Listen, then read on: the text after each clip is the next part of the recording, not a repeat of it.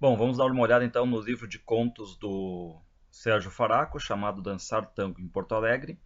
É um livro que tem uma coletânea que tem 18 contos e dividido em três partes, sendo que cada parte tem 6 contos. E as partes elas acabam sendo, digamos assim, diferentes na sua temática. Passar aqui então assim, ó, primeira parte, contos que se passam em outro tempo, na zona da fronteira, que apresenta o drama aqui dos despossuídos e com a linguagem dos habitantes. Então a gente vê muitos termos gauchescos, espanholismos, termos de fronteira mesmo. E aqui principalmente olhar esse esquema dos despossuídos, ou seja, o ser comum e não aquele heróico, por exemplo, o gaúcho heróico. Pegar lá um Capitão Rodrigo Cambará do Érico Veríssimo, pegar um Negro Bonifácio do Simões Lopes Neto. Então não ressoa esse tipo de herói, ressoa exatamente o ser comum. E os temas aqui acabam abrangendo muito mais assim a questão da solidão e da solidariedade. A segunda parte são contos que se passam na infância. E aí nós temos os dramas, os valores, né? Enfim, a chamada desarmonia com o modo de vida dos adultos. E aqui tem também a questão sexual, mas uma questão sexual que vem de uma forma natural. E a terceira parte são contos que se passam na cidade grande, aparece muito Porto Alegre também, apresentando seres que são incompletos, ou seja, a questão das perdas. Temos a questão de amizade, de relacionamento sexual, os temas mais abordados aqui. E aí, quanto ao nome dos contos, nós temos contos da primeira parte, o Dois Guachos, narrado em terceira pessoa, Travessia em primeira pessoa, Noite de Matar um Homem, primeira pessoa, Guapear com Frangos, terceira pessoa, O Voo da Garça Pequena, terceira pessoa e Sesmarias do Urutau, Mugidor, que é em primeira pessoa. Aí na segunda parte nós temos A Língua do Cão Chinês, em terceira pessoa, Idolatria em primeira pessoa, Outro Brinde para Alice em primeira pessoa, Guerras Greco-Pérsicas em primeira pessoa, Majestic Hotel em terceira pessoa e Não Chore Papai em primeira pessoa. E nos contos da terceira parte temos o Café Paris, primeira pessoa, A Dama do Bar Nevada, terceira pessoa, Um Assino na Garoa, primeira pessoa, No Tempo do Trio Los Panchos, terceira pessoa, Conto de Inverno, terceira pessoa e Dançar Tango em Porto Alegre, que dá nome à coletânea, em primeira pessoa. Então, passar aqui. Lembrar então que essa primeira parte, palavras importantes, fronteira, contrabando, ser comum, espanholismos, termos gauchescos, solidão, solidariedade, não o ser heróico. Lembrar, Capitão Rodrigo Cambará não, Negro Bonifácio não. Aqui nós temos o ser comum. Então, passando aqui, vamos para o primeiro conto. O primeiro conto se chama Dois Guachos, que é narrado em terceira pessoa. E a gente vê já a história de Maninho, que é um menino órfão de mãe, que vive num lugar humilde. Ele é irmão da Aninha, que é uma menina com quase 17 anos, já saindo daquela fase já adolescente para uma fase já adulta. E tanto o Maninho quanto a Aninha, eles têm um pai alcoólatra e viciado em jogo de cartas. E aí o que acontece? O pai está sempre bebendo, sempre jogando cartas e é amigo de um índio chamado Cacho. E aí lá pelas tantas, o que a gente vê? Que a cena se passa, enfim, né, com o Maninho passando assim da meia-noite e não para de apalpar um punhal. E ele não consegue dormir, porque ele mal fecha os olhos e ele acaba se lembrando da cena sexual que aconteceu entre a irmã dele, a Ana, ou Aninha, e esse índio bugre aí chamado Cacho. Então, o que faz o Maninho? Ele tá com esse punhal na mão, ele tem pensamentos vingativos, porque ele começa a se lembrar da cena sexual que ocorreu com o Cacho e a irmã dele. Enquanto isso, ele fica ouvindo, né, no galpão lá, aquele galpão humilde ainda, o pai tá lá jogando truco, bebendo muito com esse tal de Cacho aí. Aí botei a cena aqui, ó. O velho, que é o pai, nunca prestara e tinha piorado depois da morte da mulher, embebedando-se até em dia de semana, ou seja, quase todo dia bêbado, e maltratando os filhos por qualquer nonada, por qualquer coisa. Repare o termo nonada, né, o termo de abertura até do Grande Sertão Veredas do Guimarães Rosa. Bom, o Maninho, na verdade, ele não sente raiva da irmã, né, da Aninha, porque lá pelas tantas ele tem assim uma memória bonita dela e tal, porque quando a mãe morreu, foi a Aninha que tomou o lugar da mãe. Então ela cozinhava, ela até ensinou o Maninho a ler. Só que aí vem um detalhe, né? Ele começa a lembrar da irmã, morte da mãe, a irmã que toma esse lugar da mãe, e vem na memória dele um temporal que ocorreu muito feio, e aí a Aninha, a irmã, que acaba protegendo o irmão, inclusive colocando o seio na boca dele. Então assim fica aquela coisa meio instinto de mãe, mas também um pouquinho assim lembrando uma coisa sexual. E aí, no meio desse momento feliz do Maninho, em recordando da irmã, tá ali o Cátio para estragar tudo, né? Jogando e bebendo com o pai. Que mais? E até o Maninho ele fica pensando que o pai, até nessas questões de jogo, pode até ter perdido a filha aí, a Aninha, no jogo, já que o pai é totalmente descompromissado. E aí, novamente, a cena vem na cabeça dele, a cena sexual entre a Aninha e o Cátio, né? Enfim, que ficaram lá estirados num pelego branco. E aí ele pensa que com aquele punhal que está na mão dele, ele rapidamente poderia matar o Cátio. Aí ele lembra, ó, as pernas de Aninha se afastaram. O bugre se ajoelhou, cuspiu nos dedos, um suspiro, um gemido profundo, e ele começou a galopear, atochado nela. Aí, enfim, né, ele recorda essa cena sexual, tá com um punhal na mão, pensa na falta da mãe, o pai, que é totalmente um pai descompromissado, como a gente chama, e aí diz assim, ó: vida miserenta, porcaria, dava de ver como a família ia bichando, ia ficando podre, ia virando pó. Aí faz uma gradação, né? Ia bichando, ia ficando podre, ia virando pó. Aí nós temos a cena em que o pai meio que grita pro Maninho ir dormir. Aí o que faz o Maninho, né? Ele agarra lá o freio do cavalo, ele pega um pelego, ajeita um tordilho lá pelas tantas, né? E ele pensa, já que ninguém vai dar falta de mim mesmo, deixa eu ir embora, digamos assim, né? Aí ele vem meio que fazer uma despedida para a irmã, ele vai até o quarto da irmã, só que a irmã tá dormindo, né? Passar aqui. Aí diz assim, ó, Maninho não conhecia muitas mulheres e nunca dormira com nenhuma, mas com qualquer que pudesse comparar, Aninha parecia mais bonita. Então aqui nós temos de novo a idealização da irmã, que serve como mãe, até como essa coisa assim de aproximação sexual, só que ele vê que a irmã, né, tá perdida para esse índio Cátio aí. E ele também não entende, né, como é que ela foi parar na mão daquele índio ali, que até desdentado é, né? Ó, e dizer que aquela pitanga fresca e saborosa, que é a Aninha, tinha cevado sua polpa para um chiru desdentado como Cátio. E até ele fica especulando se aquilo que os dois estão fazendo e tal não é o que se chama de amor, que lá pelas tantas não dá para entender bem às vezes, né? Aí ele diz assim, ó, seus olhos se encheram de lágrimas, e ele se ajoelhou, aproximou o rosto do ventre da irmã, de novo aqui uma conotação sexual, ó. Um beijo e o sexo dela tinha um cheiro delicado, profundo. Então aqui dá bem a entender que para ele também a irmã, né, tá abandonando, porque tá pro lado desse Cátio aí. Então o que resta a ele? Sem mãe, sem irmã agora e sem um pai, digamos assim, né? Resta fazer a vida dele.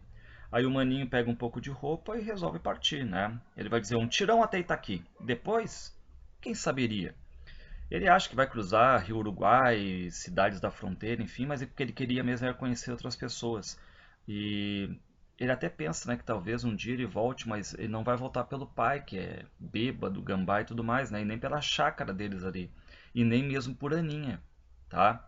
Que ele vai dizer, ó, que fosse a pobre mana enfrentar o seu destino.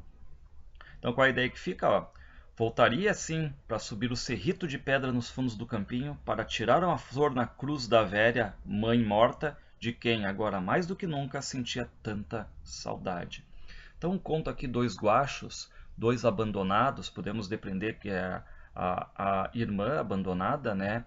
E o irmão também, o maninho, porque são órfãos de mãe e abandonados pelo pai. Só que o menino vem, já vê esse mundo adulto, ele já está na presença desse mundo adulto. A irmã, que lá pelas tantas já está fazendo o seu mundo com esse índio chamado Eicátio. O pai está deixando, o pai é meio misterioso, talvez tenha até jogado no jogo de cartas, né, a filha, e ele vê que o destino dele qual é? É tentar correr o mundo, fazer alguma coisa, até que lembra, assim, um personagem chamado Pedro Missioneiro do Tempo e o Vento, aquela questão de subir criança, né, num cavalo, enfim, e fazer a vida, até a questão do punhal, lembra um pouquinho. Então esse é o primeiro conto, Dois Guachos, passando aqui. Bom, o segundo conto é o Travessia, que é em primeira pessoa. Aqui nós temos um narrador, não é nomeado, né, e diz que acaba dizendo, é um narrador criança, né, a gente depreende, ele é sobrinho do tio Joca.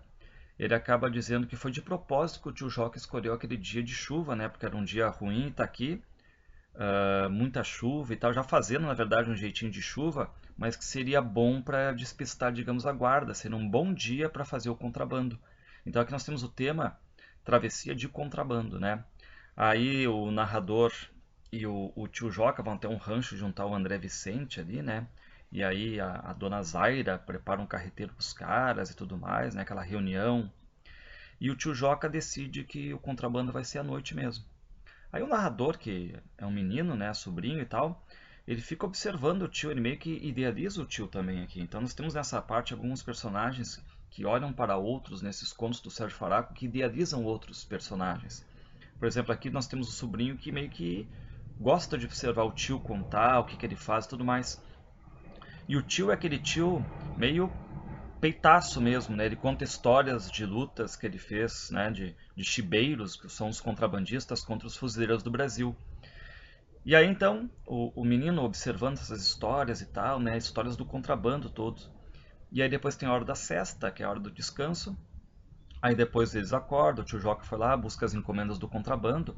E o narrador acaba se apavorando, né, com tantas e tantas encomendas que tem. Ele acha até que a chalana, né, o barquinho deles, não ia aguentar tanta e tanta encomenda assim.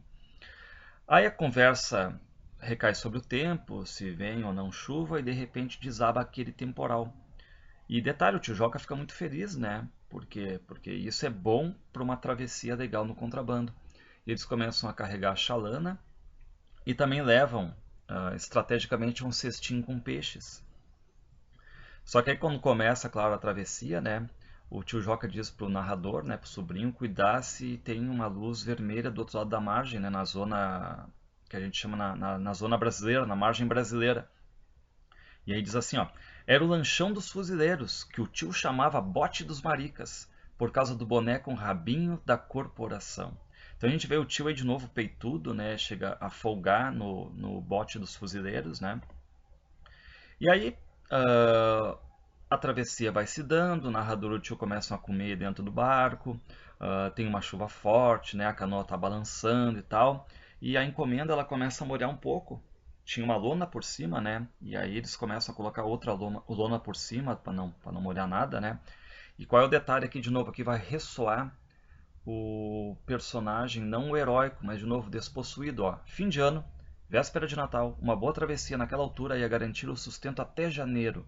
Pô, é pouco, né? Vai garantir pouco tempo, mas garante. Aí o narrador diz: tio, chamei assustado.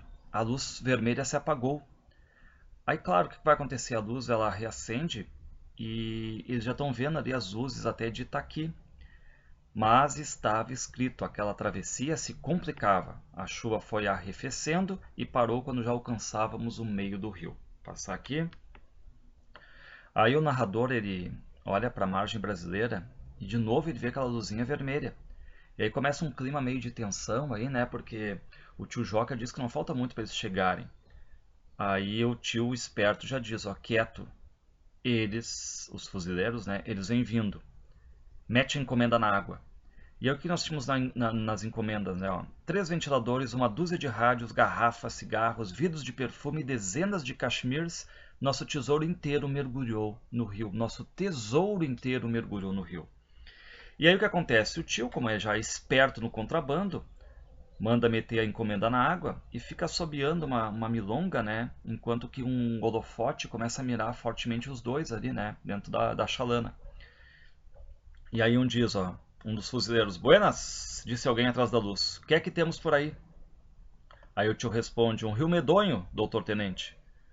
E o cara insiste, né? O que é que temos aí? Insistiu o tenente. O tio diz: peixe, só uns cascudos para o caldo do guri que vem com fome. E aí, claro, eles já suspeitam, os fuzileiros perguntam: peixe com o rio desse jeito? Aí o tio mostra o cesto, aquele estrategicamente colocado, cesto de peixes, né, tentando se escapar e tal.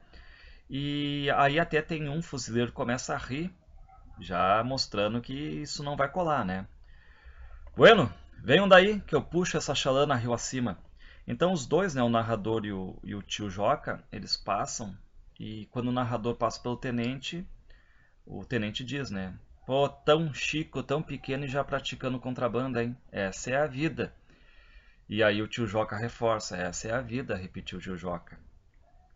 E aí o que vai acontecer agora é que o narrador, vendo que essa travessia não deu certo, o narrador, o menino, ele vai olhar para o tio Joca, ele quer saber o que o tio Joca vai pensar dessa travessia que não deu certo, né? Ó. Teso, imóvel, ele olhava para a sombra densa do rio, os olhos dele, do tio Joca, brilhavam na meia-luz da popa, e a gente chegava a desconfiar de que ele, tio Joca, estava chorando. Mas não, tio Joca era um forte, de certo apenas vigiava, na esteira das borbulhas, o trajeto da chalana vazia. Então, outro conto bem feito, bem legal. De novo, aí a criança, né, metida no mundo adulto, tão chico, tão pequeno e já praticando no meio do mundo adulto, né, a questão do contrabando. Então, aí de novo, ressoa o ser comum, tá? Passar aqui. Terceiro conto, Noite de Matar um Homem, em primeira pessoa. Outro conto muito bom, muito bem armado aqui. Começa assim, ó, faltava mais de hora para amanhecer e caminhávamos, Pátio e eu, como debaixo de imenso poncho úmido. Então nós temos aqui, de novo, a questão do narrador em primeira pessoa, não nomeado, tá? Mas que eles estão indo atrás de um contrabandista violento chamado Nacico Feijó ou Tal de Mouro. Enquanto eles estão caminhando, o Pátio, esse aí, diz que às vezes parece que ele escuta uma musiquinha vinda não sabe de onde, uma musiquinha assim, né? Bonitinha e tal. Eles acabam indo até um caminho, vão colocando a lanterna mais pro chão para ninguém ver os dois, né? E começa a ver o chão tá pisoteado, aí vão ladeando assim, meio de longe o rio Uruguai. E aí eles dizem assim, o Mouro, pelas nossas contas, estava a menos de quarto de légua em frente. Então, na verdade, a gente já está aqui num conto em que tem duas pessoas, o narrador e o Pátio, que estão indo atrás de um contrabandista violento chamado Mouro. Para quê? Noite de matar um homem, para matar este cara aí, tá? E de novo eles começam a ouvir a musiquinha e eles acham automaticamente que uma música tão bonitinha assim não pode vir de uma coisa chamada Mouro, né? Um contrabandista violento. Aí diz assim, um resumo da vida do Mouro. Vindo de Bagé ou Santiago, ninguém sabia ao certo. Esse Nacico Feijó, a quem chamavam de Mouro, fizera daquela costa o seu rincão. E aí o tio Joca, aparece o tio Joca aqui que é um contrabandista. E que também tem um tio Joca no conto anterior, ali no Travessia. Não está dito se é o mesmo ou não, enfim, né, já que contos são independentes. Mas aqui de novo repete o nome, tio Joca, né? E o tio Joca, quase sempre, ele cruza com esse Mouro em algum negócio. E às vezes, claro, acaba o ganho sendo pouco. Então, aquela questão de sobrevivência, esse Mouro aí, ele acaba, digamos, pentelhando os trabalhos do tio Joca. E aí o Mouro, ele começa a ficar mais, como diz o texto, né, mais façanhudo, topetudo, né, encrenqueiro, violento, atrevido, digamos assim, destruindo os negócios do tio Joca. E aí ele diz assim, ó, ultimamente o Mouro desviara um barco nosso que subia de Monte Caceiros com uma carga de uísque e cigarro americano. Era demais, ou seja, é a ponta final aqui, né? E aí o tio Joca decidiu, né, que só tem uma saída para fazer aí, que é matar esse tal de Mouro, esse contrabandista violento. Então a gente cai num tema aqui que já tem esse tema no Terras do Sem Fim, que é basicamente fazer uma tocaia em cima desse Mouro e matar. E esse Moro ele não é só um contrabandista violento, né? Ele gosta de armar brigas, fugir, se sumir, tá quase sempre, né, com o rosto machucado e tal de brigas, né? E aí diz assim, a pendência ia para 3 meses, por isso o alvoroço da vida quando um guri esmoleiro veio avisar que ele, o Mouro, acampara a 5 horas do caminho, desarmado, solito e bem machucado. Passar aqui. Bom, então, qual é o detalhe? Os dois já estão indo lá, mas o texto volta exatamente para explicar quais são os motivos para matar esse tal de Moro. E o tio Joca ele acaba amansando o pessoal, dizendo: olha, não é todo mundo ir atrás do cara matar, não, só iriam dois para pegá-lo, que é o narrador e o Pátio. E aí o Pátio e o narrador vão, né, depois da meia-noite, eles vão a pé, passam por várias picadas, e depois eles acabam avistando uma clareira, e lá estava o Moro lambendo uma palhinha de cigarro, né? Avançamos até avistar, entre o arvoredo, a coisa de 30 metros, uma chaleira tica, um braseiro, um espeto cravado na terra. E o Mouro estava ali, sentado, a lambida na palha de um cigarro. E aí o que acontece é que o Pátio, esse aí, ele se ajoelha, e o narrador ele vai colocar a arma meio que apoiada no ombro do Pátio. E aí ele vê que, na verdade, o Moro não segura uma palhinha de cigarro, na verdade é uma gaitinha. E aí o som começa a vir, e aí de novo aquele som que antes eles estavam ouvindo era um som que vinha da gaitinha do Moro. E aí olha só, né, uma coisa que só a música pode fazer, não importa o que for na vida, as tuas intenções e tudo mais, mas a música tem essa ideia de harmonizar um ambiente, né? Olha ali, ó. Parecia mentira que um poava, um cara que não presta como Moro, como aquele pudesse assoprar tanto sentimento. E o mato em volta, com seu silêncio enganador, alçava, levantava a musiquinha como seu mais novo mistério. Bom, então, o que acontece? Fica um clima meio de tensão e o Pátio, que está ajoelhado, diz para o narrador, né? Atira, como se lhe apertassem a garganta. Mas bem na hora, uma pomba foge do bem da árvore, né? E sacode as folhas ali. E aí automaticamente a música para e o Mouro vira o olhar para essa árvore, mas ele não podia ver os dois, mas olhava exatamente para o local onde veio a pomba e onde os dois estavam, né? Diz assim, um olhar arisco, intenso como o da coruja era o olhar do Mouro. Não podia nos ver, mas olhava diretamente para nós e era como se nos visse na planura de uma várzea. Bom, aí o Pátio e o narrador eles começam o processo de retorno, né? Porque para eles essa tocaia não rolou, porque agora qual é a grande ideia da tocaia, né? É pegar o cara desprevenido, de costas talvez, sem ele souber, né, quem atirou e tudo mais. E aí, o que acontece aqui é que eles estão voltando agora, porque para eles essa tocaia deu errado. Eles tentam não fazer barulho e tal, né? E eles meio que olham pro Moro e veem que o Moro não se move, fica no mesmo lugar. E eles ficam preocupados com o que o tio Joca vai querer saber, né? E diz assim, tio Joca, o que é que a gente vai dizer? O que é que a gente vai dizer pro tio que se achicou, né? Que se apequenou, que se acovardou? E aí quando o narrador ele ia responder, né? Enfim, a pergunta do Pátio, ele percebe que o Moro estava ali perto. O Moro seguiu realmente os dois, né? E estaria observando. E aí diz, ó, Pátio e eu ficamos petrificados com a presença do Moro. E o Moro pergunta, né, no seu espanholismo, quem são os teres? Passar aqui. Bom, a figura do Moro é bem assim mesmo, né, de contrabandista violento, porque tem uma ferida aberta no queixo, a testa tá toda lanhada, tudo ele tá meio arrebentado, né? Só que aí vamos pro detalhe. A mão fechada de Moro fez um curto movimento, rebrilhando nela um corisco de prata. Pátio atirou no susto. Eu também, e o Mouro, lançado para trás, ficou preso num tronco por um retalho da nuca e nos olhava esbugalhado, despejando sangue pelo rombo do pescoço. Bom, aí qual é o detalhe, né? Eles atiram meio no susto, achando que o que tinha na mão do Mouro era na verdade uma arma que brilhava e na verdade não era. O que tinha ali era exatamente a gaitinha dele. Aí o Mouro, ele desaba, né? O sangue vertendo por tudo quanto é lado. E aí o narrador chama o Pátio, né? E o Pátio, desconsolado, se senta no chão, né? Pátio não me ouviu. Sentara-se no chão, abraçado na Winchester, e chorava como uma criança. Aqui uma cena até que lembra um pouco o Damião do Terras do Sem Fim. Apesar de o Damião ter errado o tiro, mas ele tem essa ideia, né? De chorar também, né? Enfim, como uma criança aqui. Bom, então até uma questão que dá para fazer, né? Enfim, juntar ali o tiro errado do Damião com o tiro certo do Pátio e ver o que aconteceu aí, né? Um acerta, um erra, mas a situação de ambos é assim, é chorar como uma criança, né? Bom, o narrador começa a vomitar, ele tem ânsia, digamos, né? E eles acabam vendo que na mão o que tinha era uma gaitinha. E ainda pude ver horrorizado que aquela mão agora estava aberta e empalmava somente a gaitinha. Bom, então não foi uma morte do jeito que eles gostariam que essa morte acontecesse, foi uma morte olho a olho, e não é esse o detalhe da tocaia, né? E aí os dois voltam só à tardinha, voltam muito cansados, né? E ninguém faz perguntas, porque fica a entender que, bom, missão dada é missão cumprida, né? Só o tio Joca depois vem e tal e pergunta, né? E aí fizeram boa viagem? Enquanto isso o Pátio está dormindo e o narrador ele se embebedou para tentar esquecer a cena. Mas o tio Joca vai lá e insiste, né? Vem cá, e o homem? Tornou apreensivo o tio Joca, quer uma decisão, vem cá, mataram ou não mataram?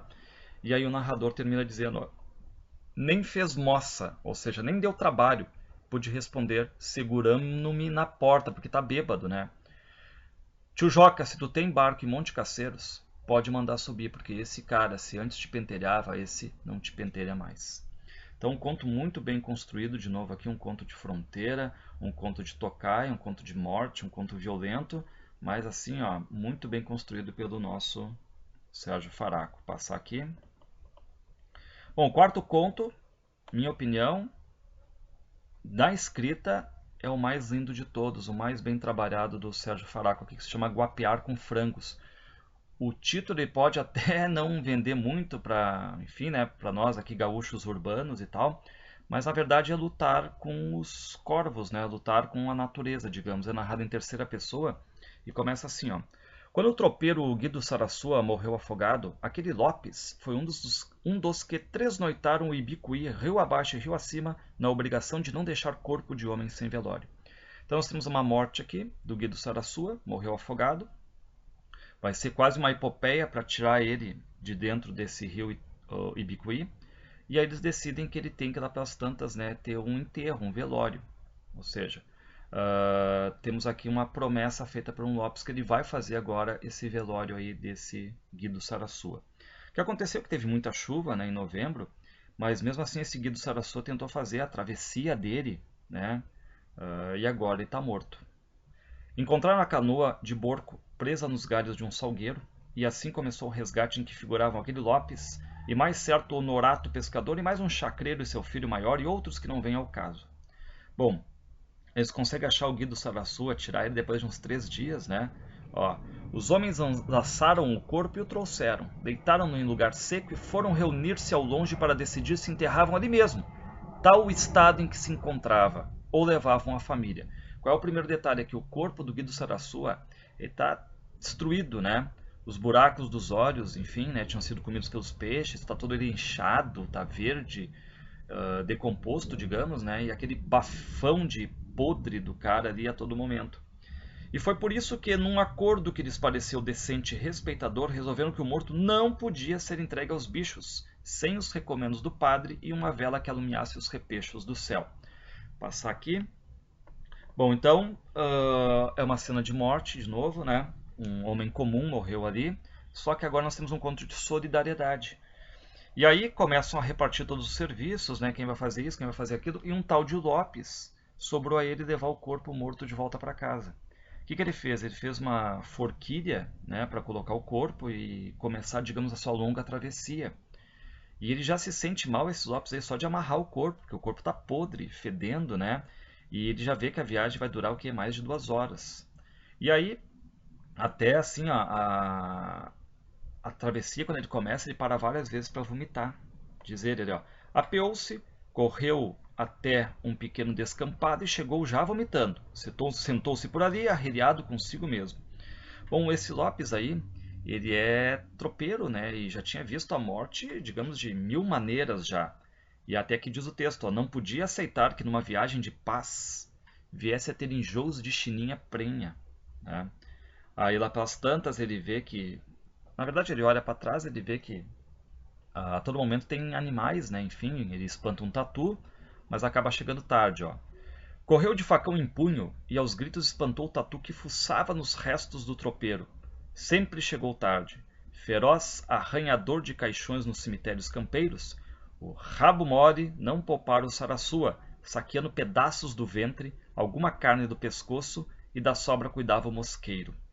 Bom, e nesse sol aí, né, no pico mesmo, o Lopes começa a fumar sem parar, até para confundir, digamos assim, o olfato, né? Diz, ó, desmontou, viu que o Sarasua, depois do Papa de Fundo ou de outros bichos cujo assédio lhe escapara, trazia uma cova na barriga e parte do costilhar já bem exposta. Ou seja, o corpo ele vai se decompondo aos poucos, né? Quer pelo trajeto, quer exatamente, enfim, pelos bichos que vão passando e vão comendo parte dele. Aí o Lopes vai lá, vomita de novo. Tem uma cena até meio terrível, né? Que ele perde um pouco a visão, ele vai perdendo o equilíbrio, né? Enfim, acaba se afastando. Diz ele, ó, pensou em desatrelar o cavalo e partir a galope, emborrachar-se e beber-se no primeiro bolicho do caminho. Mas não ia fazer esse papel de maula. Era um pobre diabo como todos os tropeiros. De novo, ó, Guido Sarasua era um pobre diabo como todos os tropeiros, chibeiros, pescadores e ladrões de gado daquela fronteira triste. Ele também é assim, né? O Lopes, né? Enfim, o que está fazendo esse trabalho. Mas jamais faltar a palavra empenhada. Então nós temos aqui a questão da palavra empenhada, que vale mais do que documento de papel, né? Na questão da campanha. Alguns chamam até de fio do bigode, né? Ou seja, palavra dada, palavra empenhada. Passar aqui. Ó, de novo vem aqui a questão da palavra. Ó. Prometera levar o corpo e trataria de levá-lo, ainda que tivesse de vomitar o próprio bucho, ou de guapear, lutar com os bichos. Então nós temos aqui a promessa dele, mas cuidar, né? A gente já sabe que o final ele não vai conseguir, ele vai perder essa disputa, mas ele tenta até o último minuto, ele dá a palavra dele e tenta honrar a palavra dele, né? Bom, aí começam a vir corvos, né? Vem um, depois o outro e tal. O Lopes até pega o revólver para espantar. E ele tem que prender a respiração a todo momento, porque ele não consegue suportar o cheiro podre do corpo, aquele bafo, né, que surge ali. O sol do meio-dia abrasava-lhe o pescoço, os ombros nus. Lopes cavalgava com a camisa no nariz e ansiava outra vez por vomitar, ou seja, tudo para não ter esse cheiro aí. Que restaria de Guido Sarasua? E restaria alguma coisa para encaixotar debaixo de uma vela?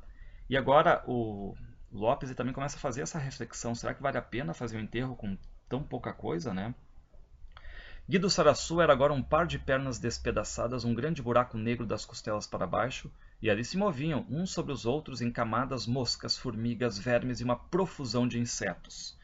Bom, o Lopes aqui já vomita sem esforço nenhum, né? Ele tem até uma cena que ele recua, que ele cai, né? Enfim, e de longe ele meio que vem um corvo negro e tal. Ele atira no corvo, aí mata, né? Só que assim ele tá tão mal que ele acaba pegando no sono. E por menos de hora esteve aquele Lopes como ausente do mundo, mas ao despertar teve a impressão de que se haviam passado dias, semanas, talvez anos. Vou passar aqui. Bom, então aí o detalhe, né? Ele vê o cavalo pastando e não vê sinal do corpo.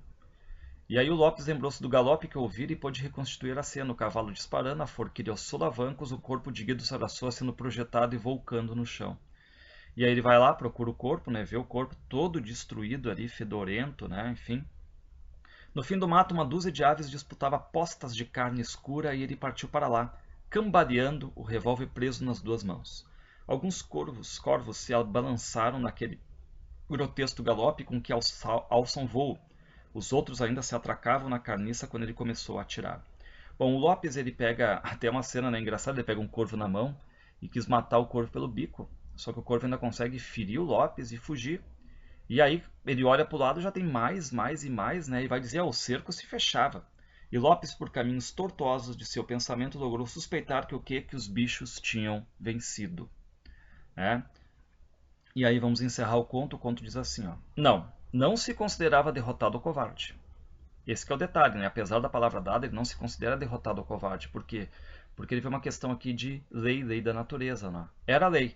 Pensava em pelear, lutar com aqueles frangos negros, não ia mudar coisa alguma. E era a mesma lei que reinava em sua vida e na vida de seus conhecidos.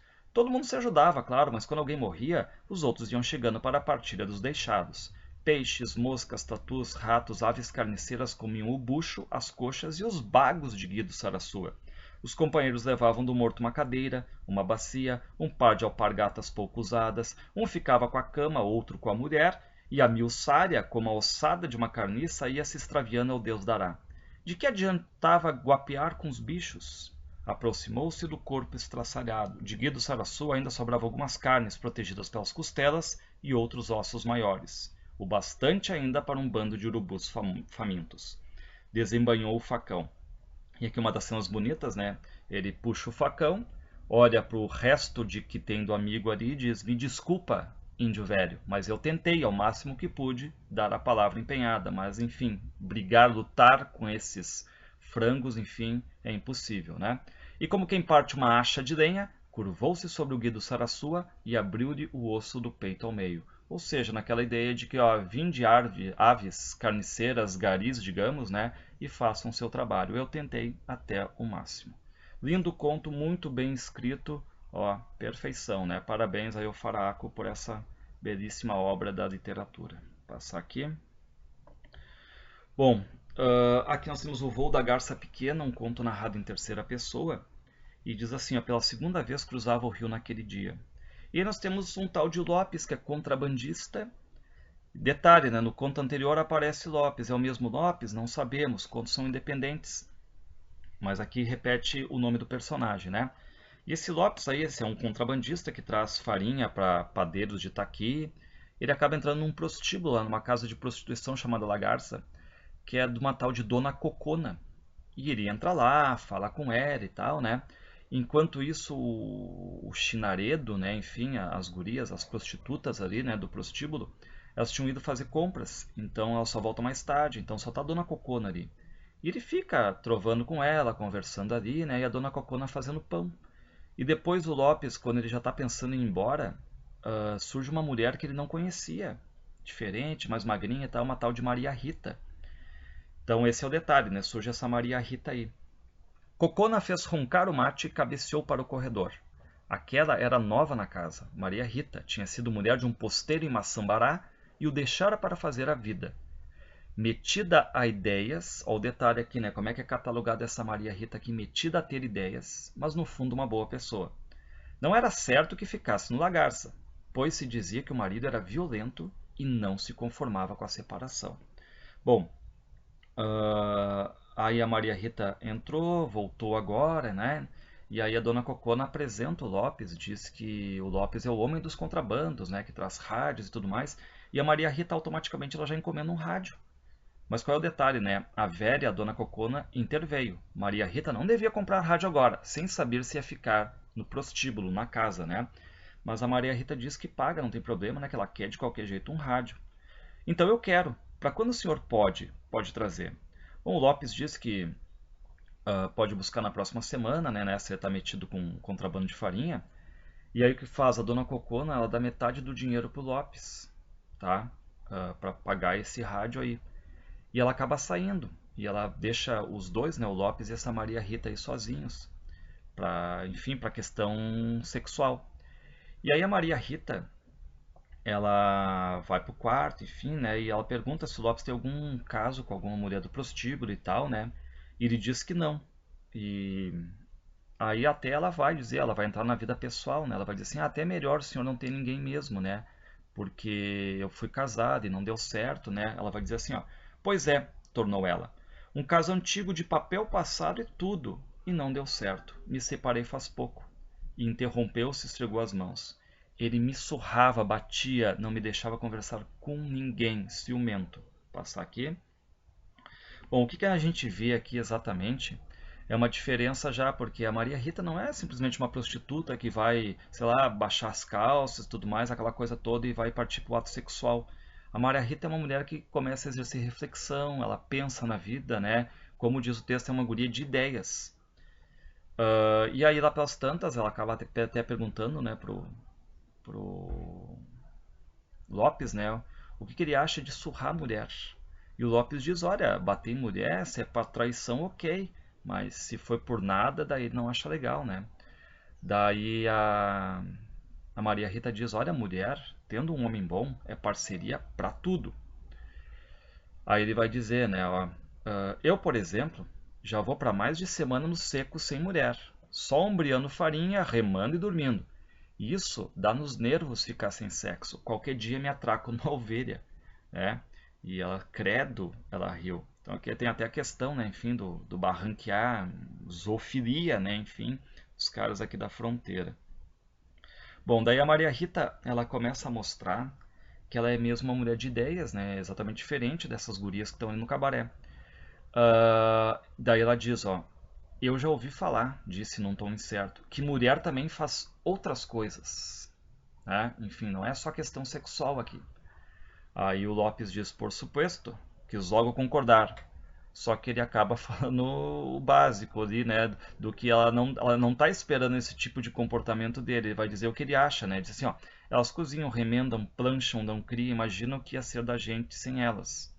E aí ela já corta, ela diz assim, eu acho, cortou ela. Quer dizer, não é que eu ache, eu ouvi dizer que em Uruguaiana ou no Itaqui tem uma mulher doutora, ela trabalha no hospital.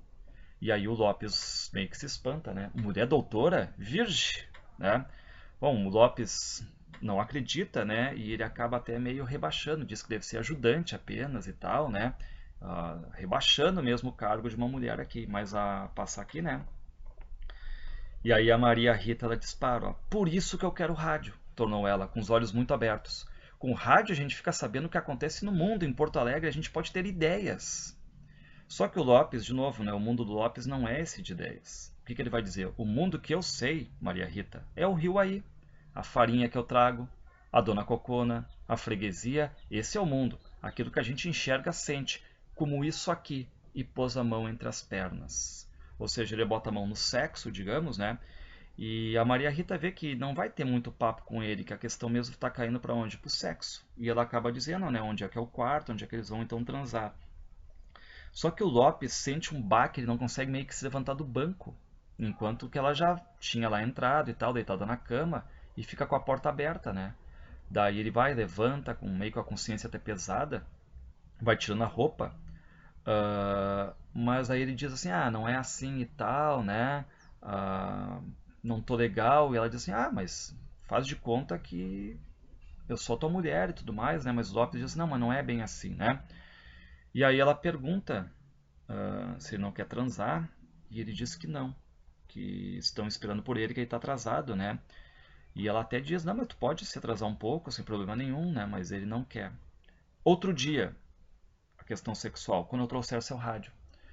Bom, aí ele ouve, né, que a dona Cocona tinha voltado, ele ouve ela lá na cozinha e tal, né? E a Maria Rita fica preocupada, porque em não transando com ele, ela não vai ter dinheiro. E aí ela pergunta, né, se ele vai trazer mesmo o rádio. E aí o Lopes diz, não, prometo sim trazer o rádio, tanto que ele coloca, né, o dinheiro que a dona Cocona tinha dado para ele, metade, na mesinha dela. E ela diz, né, mas e o dinheiro? E disse, não, não, não precisa. Será um recuerdo, né, uma recordação dele para ela. Bom, daí ele passa, se despede da dona Cocona, e aí é uma cena legal, né, porque quando ele sai, ele vê várias aves por ali, na frente do prostíbulo, né, e de um ninho de gravetos, na moita de um sarandi, alçou voo a mais graciosa de todas as aves do banhado, a garça pequena com seu véu de noiva, suas plumas alvíssimas, e voava longe para o alto, e era o voo mais tristonho e mais bonito. Lopes talvez a tenha visto, ou talvez não.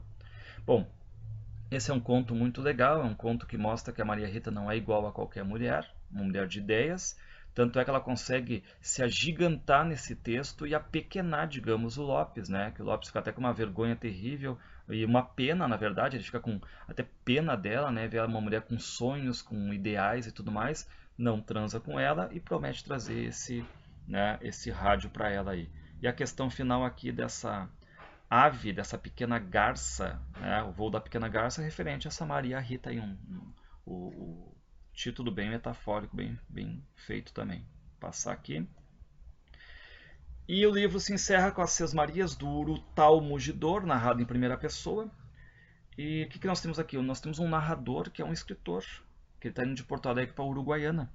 Só que o pneu do carro dele fura e ele consegue abrigo num rancho humilde, né? E esse rancho é de um velho e é conhecido como a cismaria do urutau, que é uma ave. Bom, aí ele tá lá conversando com esse velho, e o velho a todo momento ele é muito desconfiado, né? Ele meio que sonda, ele não acredita muito na história do pneu furado, né? E ele diz assim, bueno, vá passando. Disse de má vontade o velho. E aí eles começam a conversar, enfim, ele diz que o pneu furou, né? Que a mão dele tá um pouco machucada e tal. E aí ele vai dizer assim, ó, bom, e depois teu carro tá carregadito, não? Chibando para Correntes, fazendo contrabando. Então ele tenta testar o narrador se é verdade mesmo que ele não é um cara dali, né? E o narrador nega, não, não, não, aqui ó, o que eu tenho no carro são coisas pessoais, minha roupa, meus livros, respondi. Estou de muda para Uruguaiana. E aí, claro, quando o velho ele ouve a questão dos livros, né, ele até suspeita que seja alguma cara da lei, advogado e tal, né, por causa do livro. Mas o narrador diz que não, que ele acaba escrevendo sempre de vez em quando, enfim, né?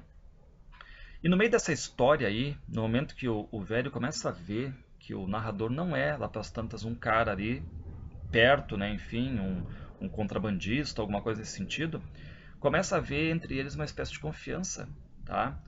Porque o velho acaba vendo, né, que o cara é escritor, não é nenhum estancieiro ou filho de estancieiro, digamos, né? Aí vai lá, eles começam a comer alguma coisa, né? E a todo momento o velho fica observando o narrador atentamente, né? Ó, olhou-me longamente. Era a primeira vez que o fazia. Bom, de repente surge a filha desse velho aí, que é uma tal de Maria. E o narrador diz que se não fosse o pai chamar por Maria, pelo nome, né?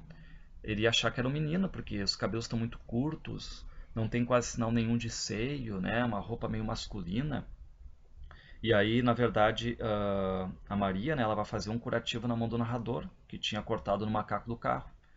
Enquanto isso, o velho de novo, né, o pai dessa Maria aí, fica só observando as atitudes do narrador, né? Me olhava, me examinava, os olhinhos de rato em perseguição aos meus por onde eles andassem. Bom, o narrador, ele até, enfim, né, ele diz que a questão de um narrador e tal, né, é compreender as pessoas, enfim, né, e ele começa a entender o olhar do velho, porque ele fica pensando, pô, talvez tantas e tantas pessoas já quiseram vir ali pegar a filha dele e tal, né, enfim, e até fica essa ideia, talvez a filha andasse assim mais masculinizada para, enfim, né, não chamar tanta atenção das pessoas, né. Passar aqui. Que pena, eu pensava, um pobre velho sozinho naquelas lonjuras, de certo sempre a recear que um valente daquelas ásperas estradas chegasse a galope e carregasse a chinoca Maria na sua garupa. Eu o compreendia, simpatizava com a sua causa, mas nem por isso o contato daqueles dedos proibidos deixava de me deliciar. Um pequeno prazer que me concedia naquele fim de tarde, transgressão não criminosa das leis da casa. Bom, aí a Maria limpa, né, a ferida dele e tal, né? Aí os três jantam e o velho acaba dizendo para a filha, né, ó, este homem aqui é um escritor. Pensou talvez no escritor que eu era, no homem de cabeça grande, um sujeito assim jamais fugiria com a sua menina. E aí diz ele, é preciso compreender as pessoas, gostar delas. Um escritor sempre pensa que vai salvar alguém de alguma coisa. Então, salvar alguém de alguma coisa, né? Fica aquela ideia assim, né? Será que vai salvar a menina de estancieiros e tudo mais, né?